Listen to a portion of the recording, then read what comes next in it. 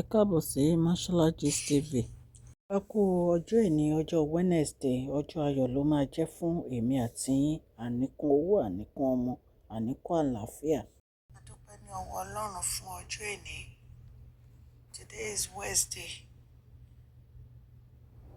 July 9, 2025. Mo kí gbogbo ẹ̀yin tẹ́ ẹ ṣe ọjọ́ bí o, ẹ kú ọdún, ẹ kú ìyèdùn. Èmi yá ṣe púpọ̀ ọdún láyé. Gbogbo àwọn nǹkan tá a gbọ́ tó ṣẹlẹ̀ ni a tún ní ká mú wá.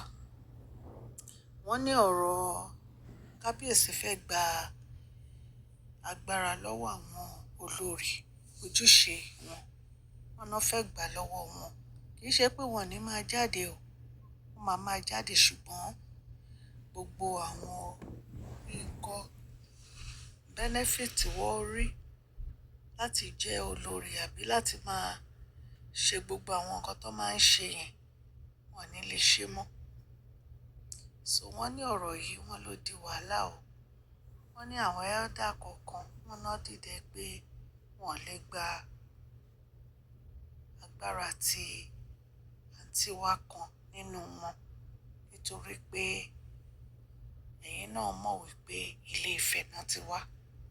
So àwọn elder tó jẹ́ pé wọ́n wà nínú ìdílé wọn, wọ́n ní wọ́n dìde, wọ́n dẹ̀ sọ pé bàbá wèrè ńlá wọn lè gba àṣẹ tí àǹtí wa yìí o.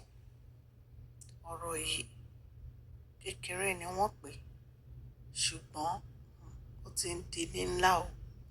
Kábíyèsí ò mú ọ̀rọ̀ yìí, wọn ò mú ní kékeré rárá. Bàbá wèrè ńlá ń ṣe gbogbo ojúṣe tó yẹ kán ṣe láti jẹ́ kí ìyàwó wọn, Queen Naomi, kó padà wá sí inú ààfin. Wọ́n gbé gbogbo nǹkan tó yẹ kí wọ́n gbé yẹ̀wò. Wọ́n dẹ̀, bí a ṣe gbọ́, wọ́n ní wọ́n fún Queen Naomi ní gbogbo agbára wọn padà as queen wọn.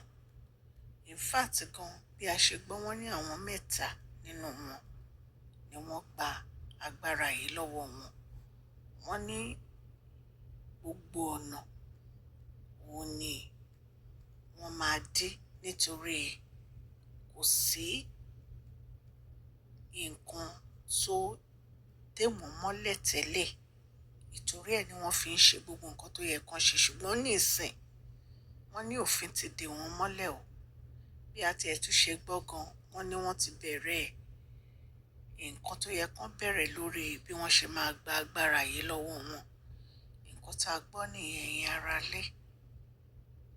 Ẹ̀yin náà mọ̀ pé ní àná mo sọ gist bí ìkan nínú àwọn sísí wa yìí bó ṣe gba Àkúrẹ́ lọ, tó wá Queen Mother lọ sí Àkúrẹ́ lórí immunity tí bàbá wèrè ńlá tó fẹ́ gbà lọ́wọ́ wọn.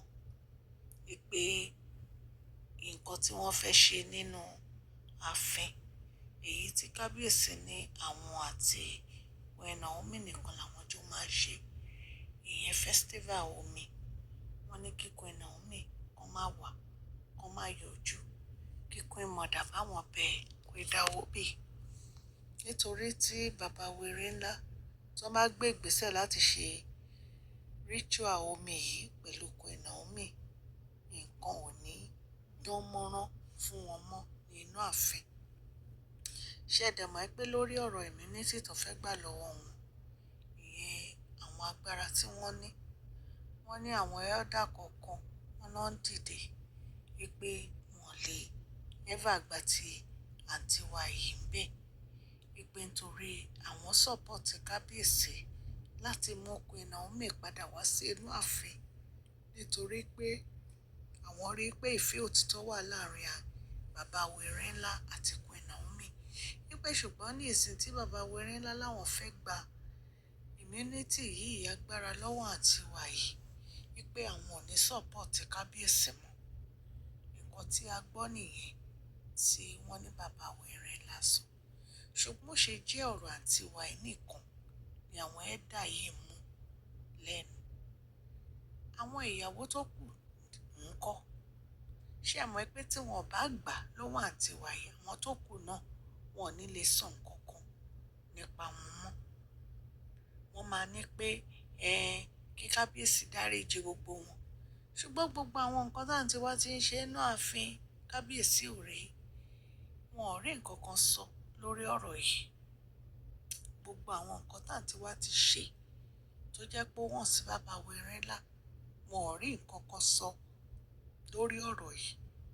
Every time kí kábíyèsí dáríjì wọn, kí bàbá Wẹ̀rìnlá dáríjì wọn, kí bàbá Wẹ̀rìnlá dáríjì wọn. Tí bàbá Wẹ̀rìnlá bá tún dáríjì wọn, wọ́n á tún ṣe nǹkan mi. Tí bàbá Wẹ̀rìnlá bá tún dáríjì wọn, wọ́n á tún ṣe nǹkan mi. Nígbà tí a gbọ́ wípé kábíyèsí ń sọ fún wọn wípé gbogbo nǹkan tí àwọn bá ṣe, kí èèyàn kankan má yí àwọn lẹ́nu padà, nítorí àwọn ti ní sùúrù tó, nítorí pé àwọn ti fún àwọn obìnrin ní ààyè tó. Ẹ wo ìgbà tí bàbá Wẹ̀rìnlá ní kán lọ ralé, tán yarí tán láwọn ò ní ralé, wípé inú ààfin yẹn làwọn máa wà. Bàbá Wẹ̀rìnlá ralé, wọ́n fún wọn ní kọ́kọ́rọ́, wọn ò kó lọ bẹ̀. Inú ààfin yẹn náà jókòó sí. Nígbà tí bàbá Wẹ̀rìnlá wá bẹ̀rẹ̀ sí í ṣe nǹkan tó yẹ kán ṣe lórí Queen Naomi, òní ariwo wá bẹ́ síta, òní ariwo wá bẹ́ sí ìta, wọ́n wá ń pariwo, kábíyèsí ò nífẹ̀ẹ́ àwọn o, kábíyèsí ò sí ńbẹ̀ fáwọn o, kábíyèsí Queen Naomi nìkan ni wọ́n wà pẹ̀lú, wọn ò ráyè tàwọn. In fact gan, wọ́n ní gbogbo cleansing tó ń ṣe bàbá wa ní kán má ṣe mọ́. Tí wọ́n bá dẹ̀ ṣe cleansing, kò sí bí bàbá Wẹ̀rìnlá wọ́n ṣe fẹ́ rí wọn. So gbogbo àwọn nǹkan tó ń ṣẹlẹ̀ yìí ó dá lé ọ̀rọ̀ èèyàn kan péré nínú ààfin yẹn, ìyẹn tó wá láti Ilé Ifẹ̀ yìí. Wọ́n ní gbogbo àwọn ẹ̀dà yìí wọ́n náà sọ́pọ̀tì pé bàbá Wẹ̀rìnlá ò lè gba immunity lọ́wọ́ tiẹ̀ o, nítorí tí àwọn ní. Pé so tí bàbá Wẹ̀rìnlá bá ní àwọn máa gbà, àwọn náà àwọn máa lọ form group against kábíyèsí. So ìdùnnú àǹtí wa yìí ni kí àwọn ẹ̀dà yìí kan máa bá bàbá Wẹ̀rìnlá jà. Ṣebí wọ́n ní ọba bá lórí ohun gbogbo ni. Nǹkan tí kábíyèsí bá sọ, àṣẹ ti gùn. Èmi ò rí pé èèyàn kan lè yí ìpinnu bàbá Wẹ̀rìnlá padà. Nǹkan tí èmi rò nìyẹn, ṣùgbọ́n a máa wo bó ṣe ń lọ. So lórí ọ̀rọ̀ ẹ pé àwọn ẹ̀dà yìí wọ́n gang up against bàbá Wẹ̀rìnlá, orí ẹ̀ là wà báyìí. Nítorí èèyàn kan, gbogbo wọn, àwọn mẹ́rin la gbọ́ tẹ́lẹ̀, ṣùgbọ́n wọ́n ní ìkan nínú wọn, wọ́n ní wọ́n ti fi sílẹ̀. Ìyẹn náà Ilé Ifẹ̀ ló ti wá, ó yẹ kó ẹ ti mọ ẹni tí mò ń sọ. Ṣùgbọ́n àwọn mẹ́ta tó kù, wọ́n náà máa gba agbára yìí, immunity yìí lọ́wọ́ òun. Nǹkan tá a gbọ́ nìyẹn. A gbọ́ nípa bí kábíyèsí ṣe fún Queen Naomi ní 120 million fún Wings Foundation wọn.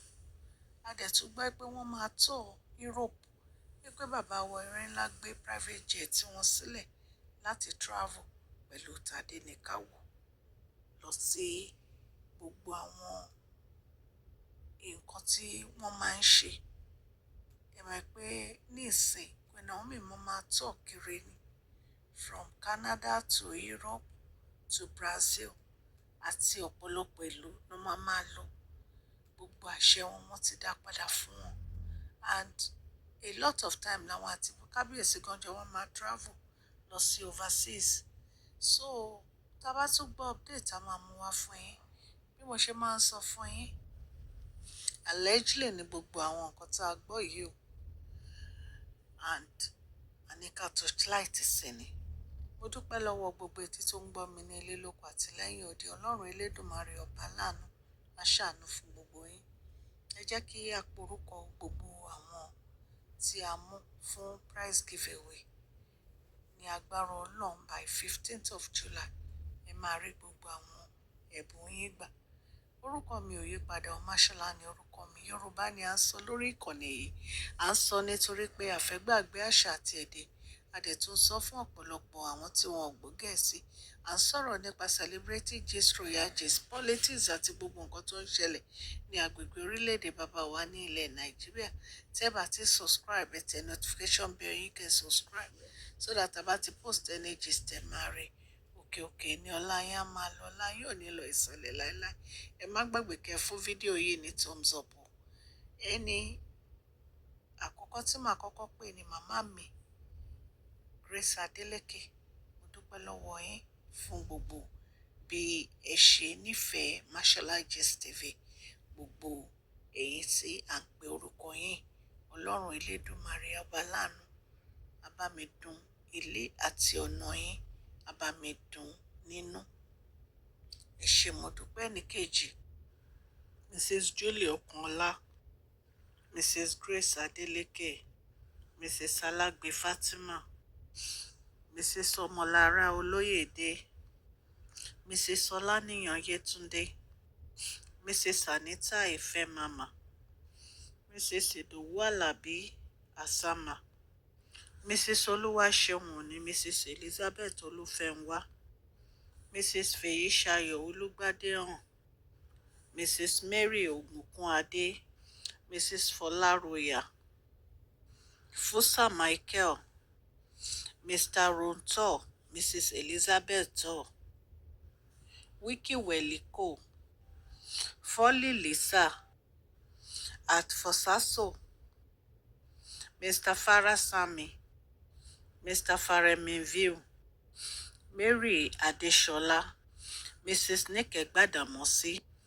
Mrs. Alero Mark, Mr. Wendy Oke, Mr. Yomajekodunmi, Mr. Alikamila, Mr. Deji Sanwo-Olu, Mr. Nuru Oluwasani, Mr. Dauda Obalende, Mrs. Atiko Oluwashola, Gloria Adams àti Mrs. Muji Bakare, Mrs. Bisi Adeolu, Mr. Goke Adeleke àti Mrs. Folashade Ogedengbe. The last person, Mrs. Ayo Davids. So gbogbo àwọn tí a pè nìyẹn, ẹ̀yin èèyàn lé.